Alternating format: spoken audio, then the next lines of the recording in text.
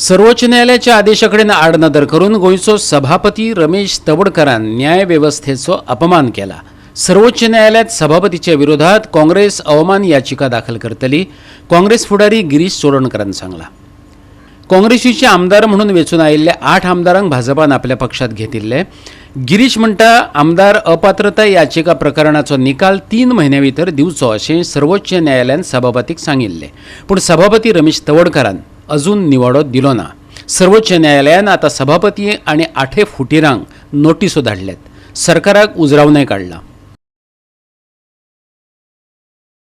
गोंय प्रदेश काँग्रेस समितीचो आदलो अध्यक्ष गिरीश चोडणकरान दाखल केल्ले याचिकेचेर सर्वोच्च न्यायालयान गोंय विधानसभेच्या सभापतीक नोटीस जारी केल्या। सभापतीन काँग्रेस पक्षांतल्यान पळून गेल्ल्या 8 काँग्रेस आमदारांच्या अपात्रता याचिकेचेर निर्णय घेवंक नाशिल्ल्यान नोटीसो धाडल्यात।